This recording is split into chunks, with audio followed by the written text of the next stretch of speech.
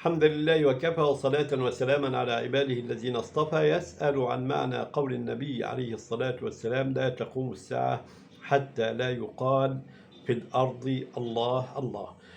الحديث حديث صحيح أخرجه الإمام مسلم وغيره، والعلماء منهم من قرأ بالنصب ومنهم من قرأ بالرفع.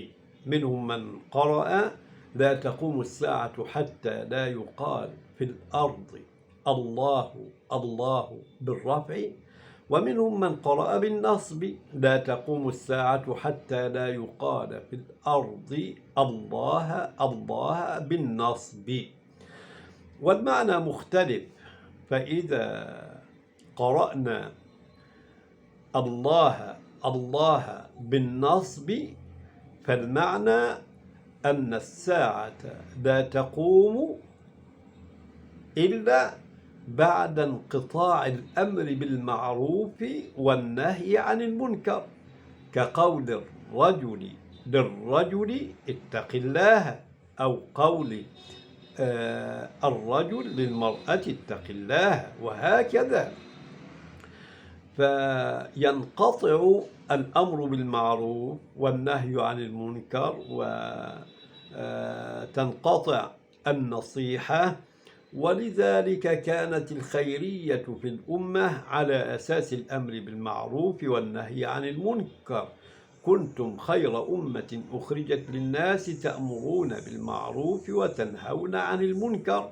وأمة لا يؤمر فيها بمعروف ولا ينهى فيها عن منكر لا خير فيها. فإذا انقطعت الخيرية من الدنيا فلا بقاء لها، وهنا تقوم الساعة. ومنهم من قرأ: لا تقوم الساعة حتى لا يقال في الأرض الله الله بالرفع، والمعنى لا تقوم الساعة وعلى الأرض من يوحد الله رب العالمين، من يقول لا إله إلا الله، أو لا إله إلا الله وحده لا شريك له، له الملك وله الحمد وهو على كل شيء قدير، لا إله إلا الله محمد رسول الله، وهكذا. لأن كلمة التوحيد إنما هي صمام الأمان للكون كله. فإذا وجد كون بلا توحيد فالمعنى أن الكون لا حاجة إليه ولا خير فيه، وهنا تقوم الساعة.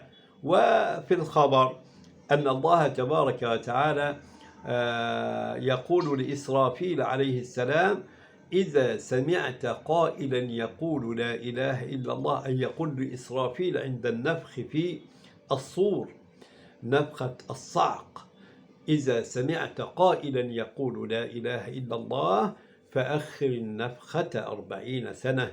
هذا يكون إكراما لقائل هذه الكلمة، إكراما لكلمة التوحيد التي تقوم عليها السماوات والأرض. هذا، وصل اللهم وسلم وبارك على سيدنا محمد.